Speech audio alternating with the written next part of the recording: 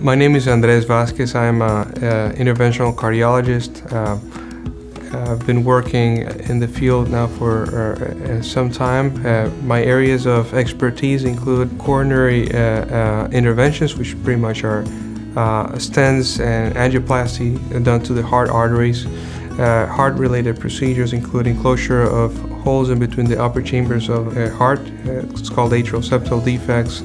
Stenting and interventions to the other arteries of body, including the carotid arteries, the leg arteries, the kidney arteries. In addition to that, I am board certified not only in interventional cardiology and general cardiology and internal medicine, but also in echocardiography and nuclear cardiology. My name is Jerry, and I'm 69 years old. I did not know that I had an aortic aneurysm until I came to see Dr. Bala. I had been with other cardiologists, and this was after having a quadruple bypass 7 years ago. Everything I thought was well.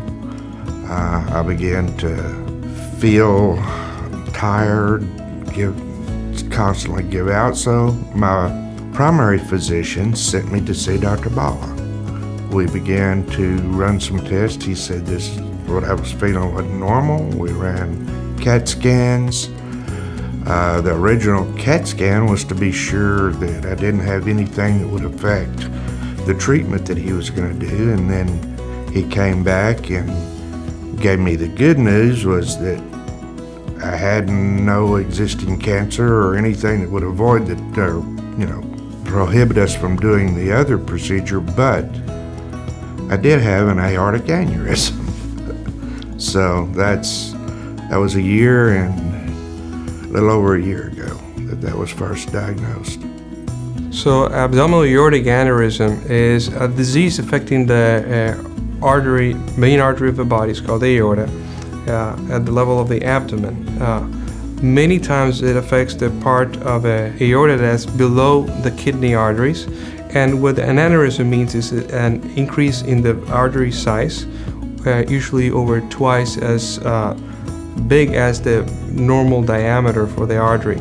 So as it gets bigger, there's a risk that it can rupture, and that has a very high risk of death if it happens. So what we want to do is we want to detect the patients that are at risk for such an event beforehand and treat it before anything bad happens to them. So there are general guidelines to screen, as you're asking. Males that are smokers, pretty much more than 100 cigarettes throughout their lifetime, even if they're not active smokers anymore, if they've done that, and are between 65 and 75 years of age, should undergo one-time screening for abdominal aortic aneurysm. We provide that service to try and identify those patients that are potential risk for this and treat them appropriately. In addition to that, some patients have a family history of certain genetic conditions that predispose them to have this, and those patients and family members should definitely undergo a discussion regarding screening and the implications related to that. When we first got the news, we researched all of it. He went through the procedures with me. We initially, at that time, the original CAT scan showed it to be 4.2 centimeters in width and 5.8 long. And they discussed all the procedures with me, the surgery, some new things that were possible to do, but due to the size of it. And I talked with him, I talked to my surgeon. We decided that we would monitor it because as it stayed in that range, surgery may not be the way to go immediately. I really didn't want to do the surgery. I just had a mental deal about the surgery after trying to gain as much knowledge as I could. So we did, and we continued to monitor it over this last year, and it went along and only grew just a tiny bit, and then the last time we were doing it in 3-month intervals, The last time it went from 5.2 to 6.5. And when it gets to the 6 point or above, then it gets to be a critical situation, so I'm told. And they suggested and recommended that we do the sleeve type deal. And that's what we did. And I didn't have to go through the surgery, which that was a blessing, and I'm extremely pleased because Jerry's a wonderful human being. We've been provided with an opportunity to help with his care, and we've been lucky to help him out.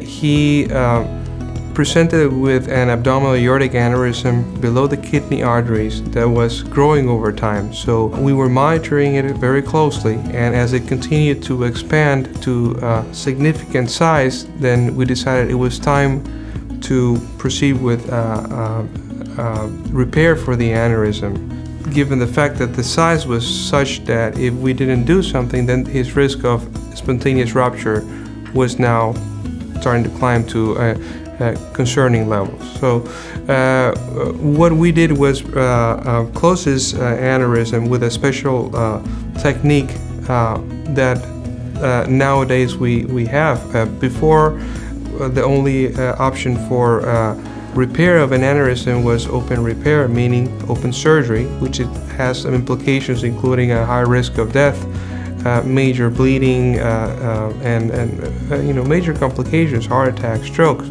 The newer alternatives are not fit for every type of aneurysm. It depends on the anatomical characteristics specific for every particular patient and the patient characteristics. But Jerry was such a patient that he would benefit from the closure through catheters. That's called endovascular closure of an aneurysm, of an abdominal aortic aneurysm. And we use a special device that's smaller than the average device we currently have available in the market, which limits the size of the artery holes we had to do. We went through both our arteries in the groin under moderate sedation and local anesthesia. We put a couple of stitches on each side at the beginning of a procedure. Before doing the whole procedure, we're successfully able to close the aneurysm with catheters, and we then sutured those little arteriotomy holes in both groins. He recovered real well, and the next day he was home. The post-op period was actually very good. The procedure was done that afternoon. I stayed overnight in the hospital. They went through both groins on each side, and actually there was no problems at all. In fact, the next afternoon I was out and going, and I never missed any. I missed 1 day and a half of work. I have animals and barns and horses, and so I actually went out and started doing my barn stuff that particular day. I fed all the horses, went in that night, got up the next day.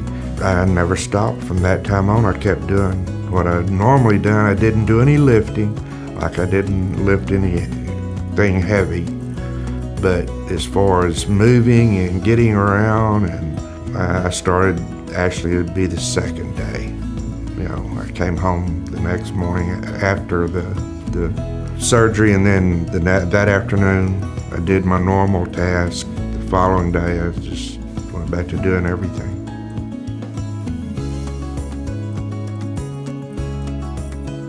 Well, most of the process happens here, actually. We provide very close relationship and service to our patients. They follow up with us as needed. And when we have a patient such as Jerry that has an aneurysm, we know we need to surveil or follow it up very closely.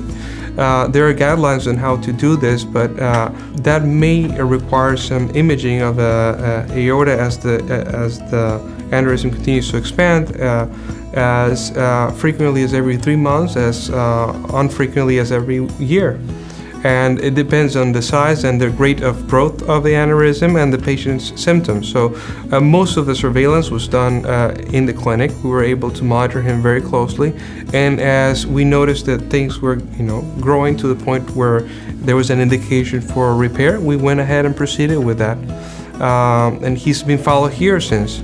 One very important thing with closing an aneurysm with catheters as opposed to open surgery is that patients need to be willing to follow up with serial imaging studies like ultrasound or CAT scans over time to avoid any issues with complications down the road.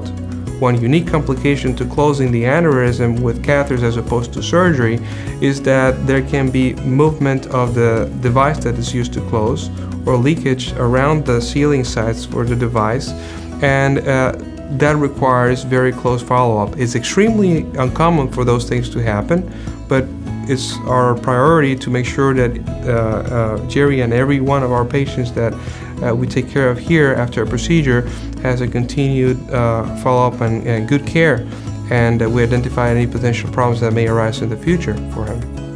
I would highly recommend Dr. Bala and Dr. Vasquez and everyone involved at Orion, because they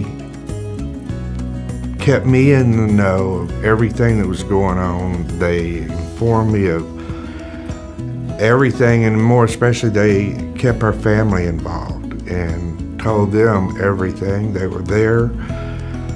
I've never tried to get a hold of either of the guys or anyone at the office that I didn't get an immediate response. And it's very unusual this day and time for your doctor or your surgeon, either one, more especially those two guys. I had their cell phones. They made sure I knew how to get a hold of them anytime I needed it.